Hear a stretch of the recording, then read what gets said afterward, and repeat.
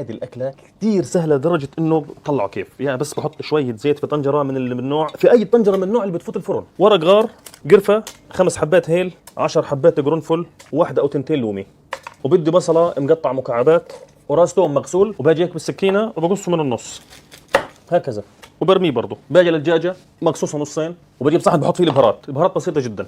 عندك ملح، فلفل اسود، بابريكا مدخن او عاديه، كركم، ولون الزعفران اذا موجود ممكن بدونه، وبكل بساطه بحطهم في الصحن، نزل عليهم زيت نباتي، بنزل عليه زي هيك. الطنجره هذه هلقيتي يا اما بكمل عليها يا اما اذا بدي على النار دقيقتين تشويحه سريعه.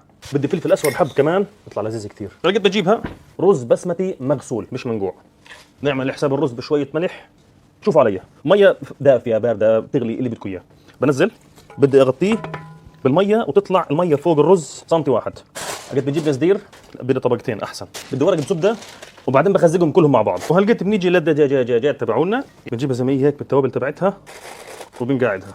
كمان ورقه زبده، بجيب كمان قصدير، وبتروح على الفرن تقريبا ساعه وثلث ساعه ونص. خلص الوقت في الفرن بروح نجيبها. بدي اشيل طبقه القصدير الاولى اللي فوق بس واحده.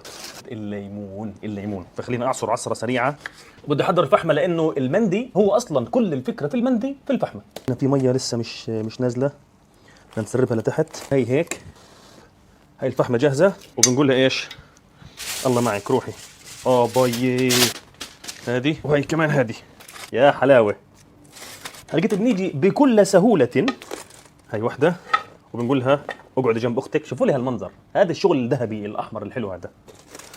باي على الريحه يا حبيبي يا حبيبي. الله، كل الاشياء تبعت الدجاج، الدهن اللي في الدجاج والتوابل اللي عليه كلها نزلت جوا الرز. كل اسبوع مره، كل اسبوع مرتين، فيش اسهل من هيك. وبنيجي هنا وبنقول لها